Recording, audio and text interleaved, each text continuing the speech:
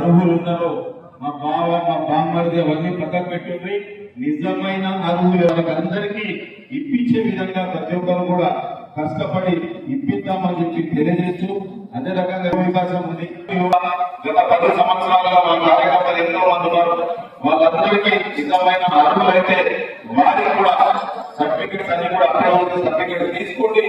వారికి కూడా తప్పకుండా ప్రతి నియోజకవర్గంలో సుమారు 1500 నుంచి 2000 మందికి వచ్చే విధంగా అందరూ కూడా కష్టపడి ఇప్పిద్దామని చెప్పి తెలియజేస్తూ అందరూ కూడా వచ్చే 2 నెలలు గట్టిగా కష్టపడి మన ఇన్ఛార్జ్లకి మన ప్రతి ఎంపీపీ జెడ్పీటీసీ అందరినీ కూడా గెలిపించుకొని గిఫ్ట్ గా ఇద్దామని చెప్పి తెలియజేస్తూ ఈ యొక్క అవకాశం ఇచ్చిన ప్రతి ఒక్కరికి ధన్యవాదాలు. వాళ్ళు నచ్చి వాళ్ళు మన దగ్గరకు వచ్చినప్పుడు కొత్తోళ్ళు పాతోళ్ళని పట్టించుకోవాల్సిన అవసరం ఉంటుంది. కొత్తోళ్ళని కలుపుకొని పార్టీని బలోపేతం చేసిన బాధ్యత మన పేరు కూడా ఉంది. ఇదేదో నువ్వు ఎమ్మెల్సీ అయినా నీకు స్థానము ఉంది అని చెప్పి మీరు అనుకుంటామో, ఈ రోజు కూడా నేను ఎమ్మెల్సీ అయినా పార్టీలను ఎక్కడ పెట్టుకోమని చెప్పి అదే నియోజకవర్గాల్లో నేను ఒక నియోజకవర్గాన్ని పెట్టుకుంటే ఆ నియోజకవర్గాల గారు ముఖ్యమంత్రి గారి ప్రోగ్రాం వల్ల నేను అలా ఉండకుండా ఈ రోజు ఇక్కడ ఉన్నా. ఎందుకంటే అన్నిటికంటే ముఖ్యమైనది రేపు పొద్దున లోకల్ బాడీ ఎలక్షన్స్ లో కానీ రాబోయే జనరల్ ఎలక్షన్స్ లో కానీ పార్టీ బలంగా నిలబడాలన్నా లేకపోతే ఇప్పుడున్న ఏదైతే నామినేటెడ్ పదవులు మనకు కావాలన్నా ఇప్పుడు 2 సంవత్సరాలు అయినాక మన ఇంకొక అవకాశం వస్తుంది. అవన్నీ చేసుకోవాలన్నా ముందు మన ప్రభుత్వం అనేది అధికారంలో ఉండాలి. మనం ఆ బాధ్యత లేకుండా మనని మనం విమర్శించుకుంటే మనకున్న కోపాలు ఏదైతే సంబంధించి 10 మంది కూడా మనం మాట్లాడుకుంటే మనం ఇచ్చిన సంక్షేమ పథకాలు ప్రజల్లోకి వెళ్ళకుండా మనమే వాటిని విమర్శిస్తే దానివల్ల మన కళ్ళల్లో మనం పొడుచుకున్నట్టే.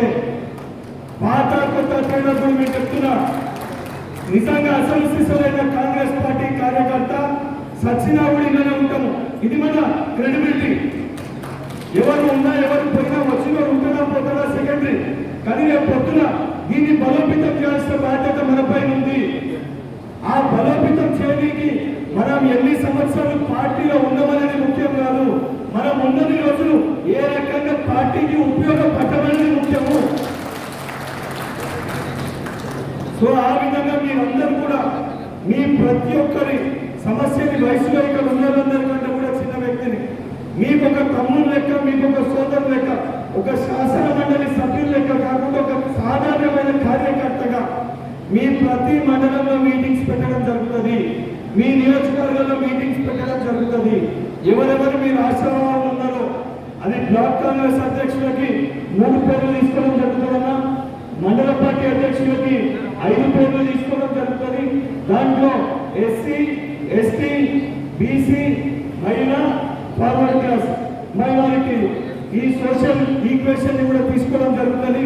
అదేవిధంగా డిసిసి అధ్యక్షులకు కూడా డిసిసి ఆశ్రమాలు ఉంటే దానికి కూడా 5 పేర్లు తీసుకోవడం జరుగుతుంది. అందరూ కూడా వేదికపైన పెద్దలందరినీ కూడా పర్సనల్ గా కలిసి మీ అభిప్రాయాలు కూడా సేకరించడం జరుగుతుంది. దానితో పాటు కార్పొరేషన్ చైర్మన్ కూడా కలిసి మీ అభిప్రాయాలు మీ దగ్గర తీసుకోవడం జరుగుతుంది. ముఖ్యంగా ఫస్ట్ ప్రయారిటీ ఏదైతే పదవులలో 2017 కంటే ముందు అంటే మన గౌరవ ముఖ్యమంత్రి గారు ఏదైతే మన పార్టీలో చేరిన ఆ సమయం కంటే ముందు ఎవరైతే పార్టీలో ఉన్నారో వాళ్ళ ఎక్స్పీరియన్స్ నే ఫస్ట్ ప్రయారిటీగా తీసుకోవడం జరుగుతుంది.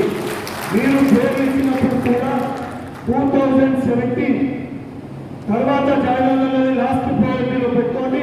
2017 కంటే ముందు ఎవరైతే పార్టీలో ఉన్నారో కష్టకాలంలో పార్టీలో ఉన్నారో వారిని మొదటి ప్రాధాన్యతగా తీసుకొని మొదటి ప్రయారిటీగా తీసుకొని వాళ్ళ పేర్లే మీరు నాకు ఏదైతే ఇవ్వవలసిందిగా ఇక్కడ ఉందో మీకు కూడా విజ్ఞప్తి చేస్తున్నా. చాలా క్లియర్ గా చెప్తున్నా, ఏదైతే సంబంధించి ఈ ఇన్స్ట్రక్షన్స్ తూచా తప్పకుండా పాటించడం జరుగుతుంది. ఎక్కడన్నా యునానిమస్ గా చేస్తున్నామో గ్రామ స్థాయిలో మీరు యునానిమస్ గా మీరు కూర్చొని ఇది లిస్టం ఇస్తే ఓకే, కానీ ఒత్తిడి చేసి లేదు ఈడ మండలంలో దీన్నే పెట్టాలి ఇదే వ్యక్తికి ఇవ్వాలంటే నేనైతే అట్లా నిర్ణయానికి కట్టుబడి ఆ లిస్టు పంపించడం అయితే కాదు.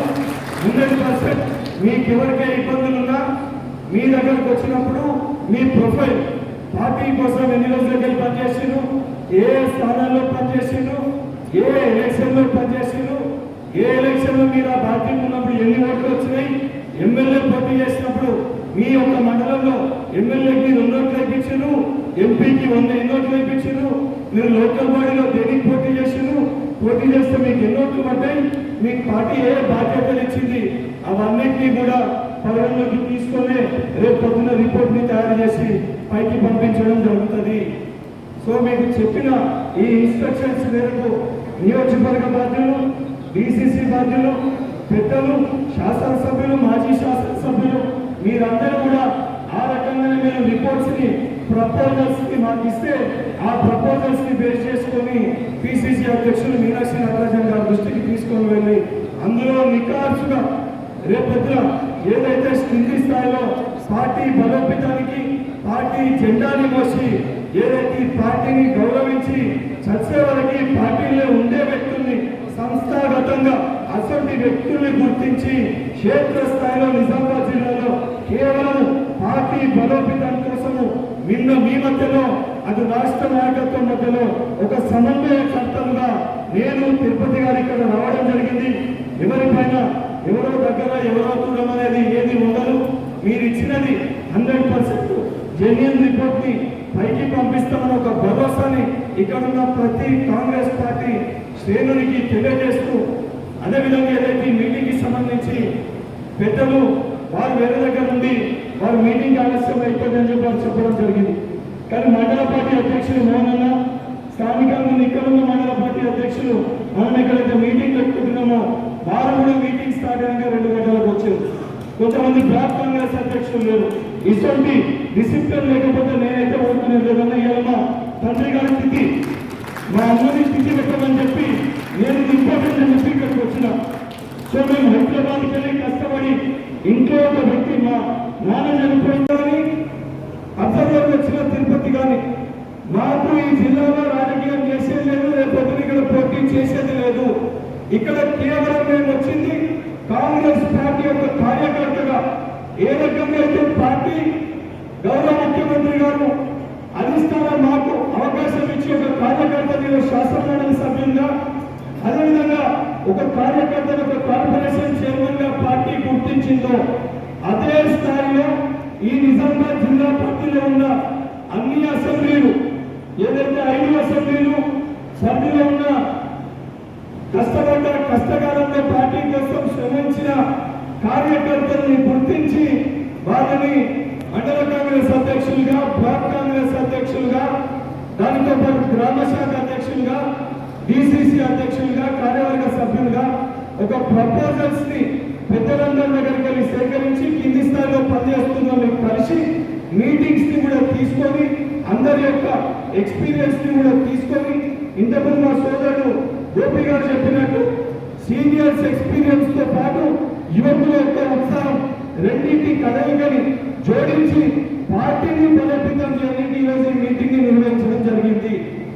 సో ఈ మీటింగ్ లో మనం ఏదైతే ఫైనల్ చేసుకునే ముఖ్య అంశాలు ఏవైతున్నాయో మొట్టమొదటి మీరందరూ కూడా ఈ యొక్క కాన్స్టిట్యూన్సీలో జై బాపు, జై భీమ్, జై సంవిధాన్ కార్యక్రమాన్ని చేయడం జరిగింది.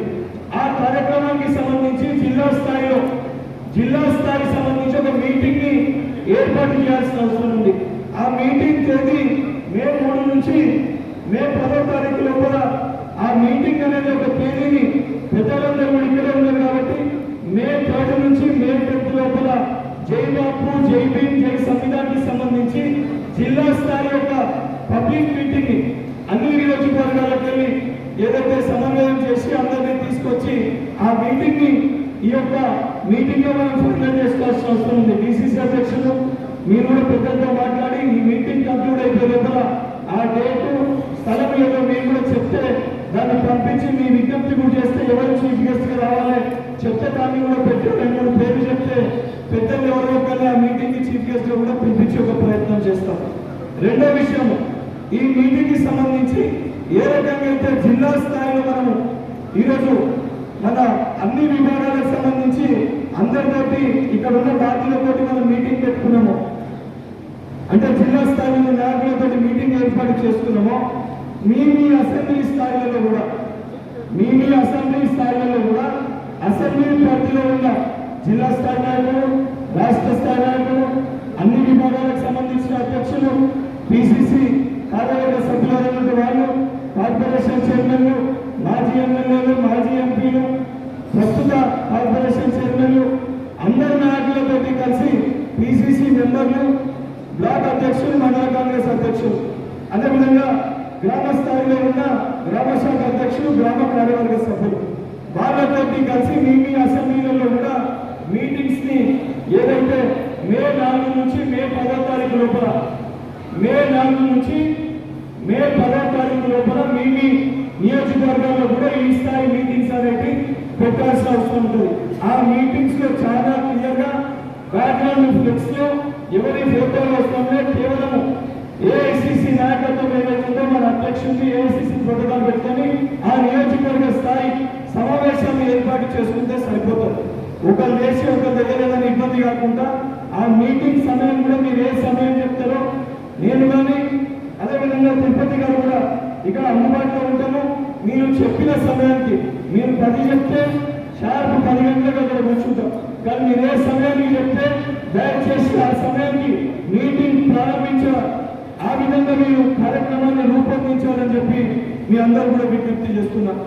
ఆ రోజు ఏదైతే అసెంబ్లీ మీటింగ్స్, అదేవిధంగా జై బాపు, జై భీమ్, జై సంవిధానం ఈ మీటింగ్స్ అనేవి ఇది కంక్లూడ్ అయిపోయిన లోపల పెద్దలందరూ కూడా ఈ మీటింగ్ అయిపోయిన ఒక 15 నిమిషాలు పెద్దలందరితో కూడా నియోజకవర్గ పార్టీలు, జిల్లా స్థాయిలో ఉన్న ఎమ్మెల్యేస్ అదేవిధంగా పెద్దలతో కూర్చొని మీరు ఇచ్చే డేట్స్ కూడా ఫైనల్ చేసుకోవడం జరుగుతుంది.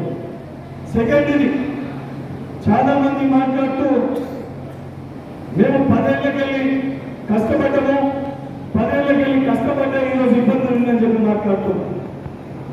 నేను తప్పు పట్టలేను, కానీ ఏదైతే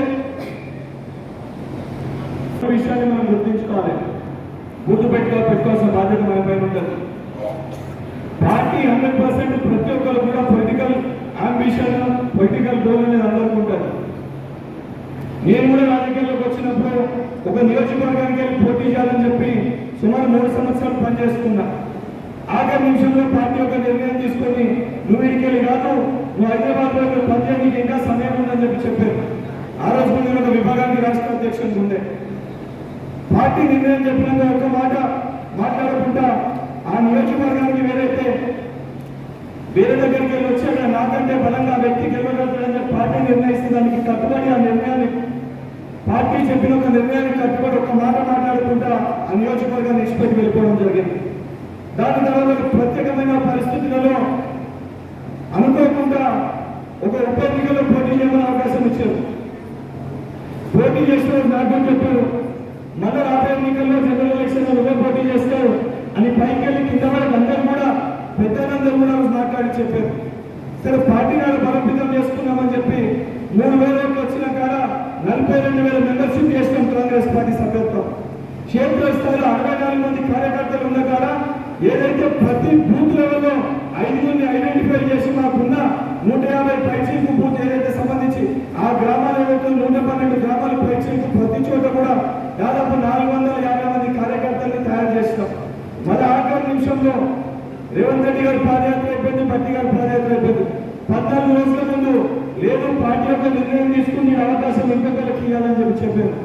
24 గంటలు బాధ అనిపించింది. తర్వాత పార్టీ చెప్పిన నిర్ణయం మేరకు అభ్యర్థిని గెలిపించాలని చెప్పి ఆ నియోజకవర్గాన్ని ఇచ్చిపెట్టి మన హైదరాబాద్ వెళ్ళిపోయినా.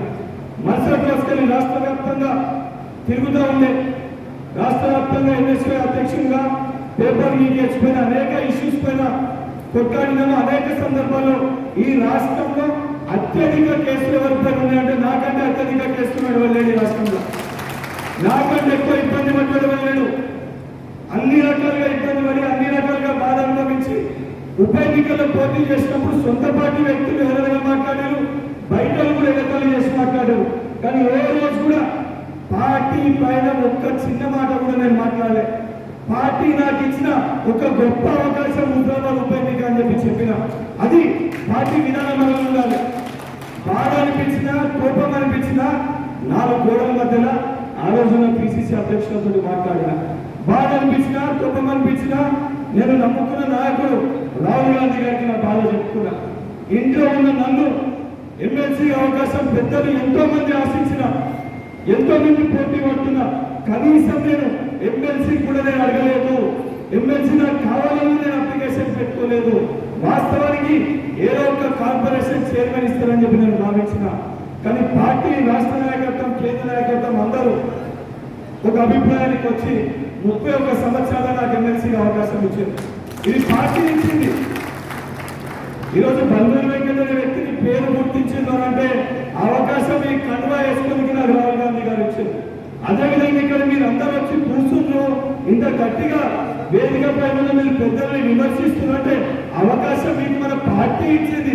ఈ పార్టీ లేకపోతే ఈ కండువా లేకపోతే మనకు అవకాశం ఇచ్చేది ఎవరు? ఈరోజు మనం ఏది మాట్లాడినా కొత్త వాళ్ళు వచ్చారు, పాత వాళ్ళని పట్టించుకుంటలేరు.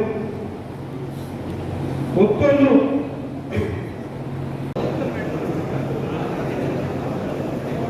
మనకి ఇన్ఛార్జ్ చేసిన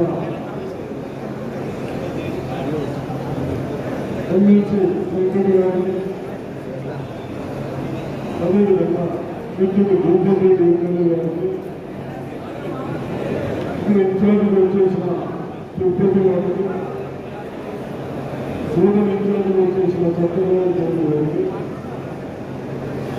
వేదికలు నిర్వహించిన తిరుపతి నాయకులకు అందరి పేరు ఎంతో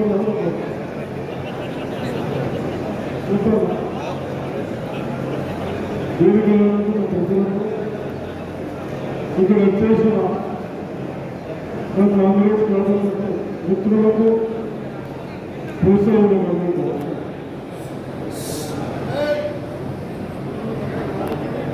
ఈరోజు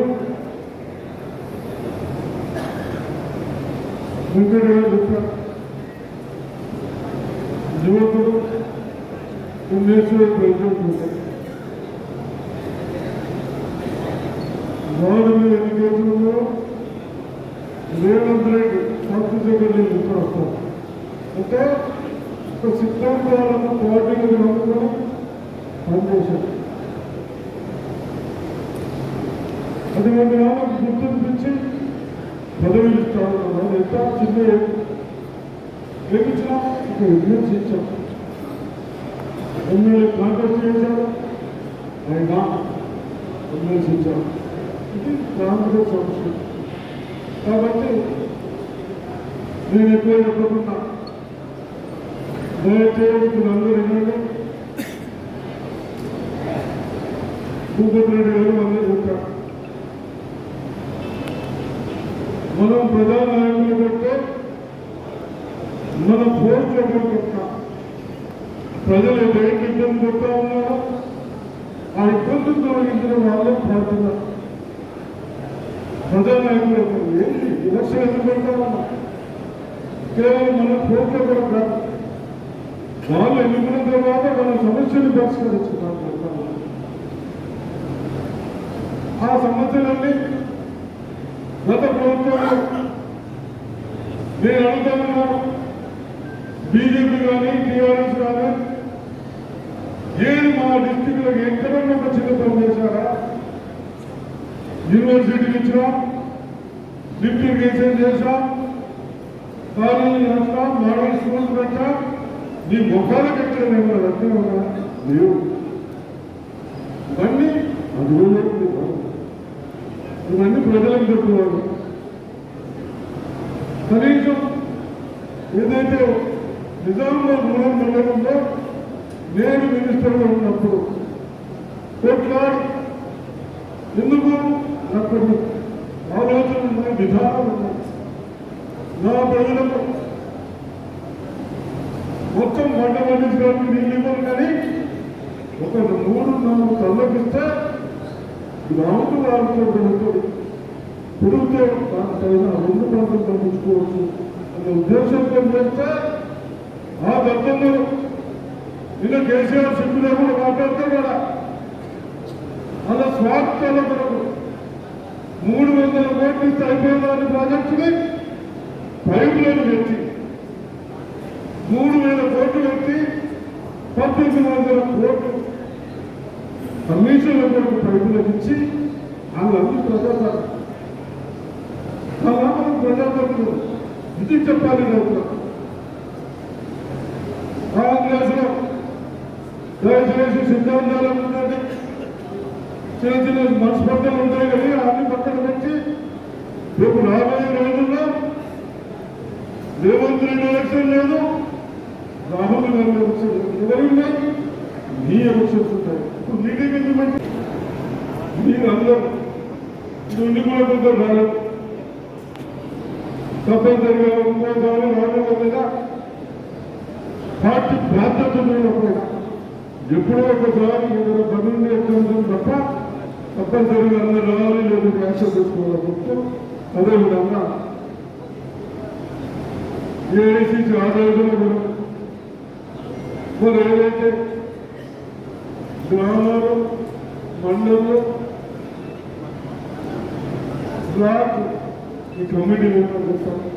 ఇప్పటిదాకా చెప్పారు 2 పేర్లు 3 పేర్లు 5 పేర్లు వరకు తప్పనిసరిగా అవన్నీ ఇస్తూ మళ్ళీ నేను ఎక్కువ చెప్పకుండా ఆల్రెడీ లంచ్ టైం అయిపోతుంది కాబట్టి మీరందరూ దయచేసి ఒక ఇంత పెద్ద వాటి ఎందుకంటే నా ఎలక్షన్లో మీ అందరినీ ఏదో ఒక పోస్ట్ ఇప్పించాలి, మీకు ప్రాధాన్యత అభివృద్ధిగా ఉండండి. చిన్న చిన్న సమస్యలు దృష్టి తీసుకురండి, తప్పనిసరిగా పరిష్కరించుకుంటాం. రైతులకు కూడా నువ్వు కలెక్టర్ మండలం తిరుగుతా ఉన్నాడు, ఎందుకు తిరుగుతా ఉన్నాడు అవి చెప్తారు. నాకు తెలుసు రైతులు భూమి మీద పత్రాలు సాధారణ మీద అప్పుడు మన పెద్ద మనుషులు నమ్ముగా సంతకాలు పెట్టి భూమి తీసుకున్నాం, పైసలు ఇచ్చి డబ్బులు తీసుకున్నాం. ఇవన్నీ పనులు చేసుకోవడానికి ఎవరికి? రైతుకు 9 లక్షల అప్లికేషన్స్ ఉన్నాయి. మళ్ళీ సాగు చేసుకోవడానికి అధికారులు ముద్దులు పెట్టుకొని ఏదైతే రైతులు పని చేయండి. ఎక్కడైనా కాని సమస్య ఉంటే మళ్ళీ అసెంబ్లీలో బిల్ పాస్ చేసుకుందాం. అంతదాకా లేదు, బహుశా అన్ని దాంట్లో ఉన్నాయి. కాబట్టి తప్పనిసరిగా రైతులు గది చేయాలి. ఇంకోటి ఇల్లు ఏం కేసీఆర్ లెక్క డబుల్ బెడ్రూమ్లు కట్టించి దులుపుకుంటున్నాం. ఎంత ఇస్తున్నాము? ఒక గ్రామానికి 3,500 ఎంత? 1,00,000 కాదు, 5 లక్షలు ఇస్తాను. నేను ఇప్పుడు చెప్పొచ్చా? ఎక్కడైతే మూలం కానీ ఇసుక కానీ ఎక్కడ సర్కారు పెట్టలేదు, మీకు తెచ్చుకోండి ఫ్రీగా. అదేవిధంగా ఇక్కడ డిఫరెంట్ నడిస్తే కూడా చెప్తా, మీకు డీజిల్ పోతుందో చెప్పేసి ఈ విధంగా ఆలోచించుకుంటా. ఎవరన్నా ఎవరంటే అది వెళ్ళి ఈ విధంగా తప్పనిసరిగా ఇల్లు అయితే ఇంకోటి ఇంకా చెప్పల్లో లేదో కానీ మీరందరూ ఇన్ఛార్జీలు నమ్మకం ఉంటే డాక్రా మహిళా సంఘాలకు వెళ్ళి 50,000 75,000 ఇప్పించి వాళ్ళు మనకేళ్ళు చెప్తారు. వాళ్ళందరూ మెంబర్సే ఉంటారు. ఆ బిల్లంతా వాళ్ళు అన్నీ అడుగుతూ ఉంటున్నాను. పనులు వాళ్ళకి నాకు ఆలోచన వచ్చింది, అది కూడా చెప్పాను. ఎందుకు మనం అనుకున్న సాధించాలి. మీరందరూ అనుకున్నారు మండలం 4,700 వచ్చారు, 1,500 వచ్చారు. First phase second phase third phase అని చెప్పండి. దయచేసి ప్రజలలో కూడా నేను 3,500 కంప్లీట్ చేస్తా. సెకండ్ ఫేజ్ లో 3,500, థర్డ్ ఫేజ్ ఒక్కొక్క కాన్స్టిట్యూన్సీకి 10-12,000 ఇల్లు కట్టేదాన్ని ఒక ప్రణాళిక చేసుకున్నాను. కాబట్టి తప్పనిసరిగా డాక్రా సంఘాలకి వెళ్ళి కూడా మనం తీసుకున్నాం. బిల్లు రాయమన్నా అదేవిధంగా మొన్న చేరుకుల పాల్గొన కటి నీళ్ళకి ఇచ్చేయలేదు.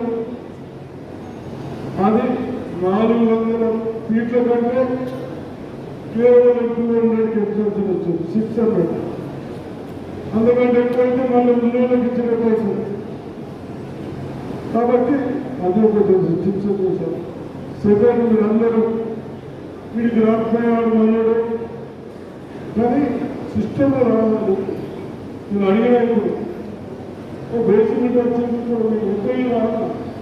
నేను అడ్వాన్స్ గుర్తులాడుతున్నాను, అంత సిస్టమ్ చేశాను.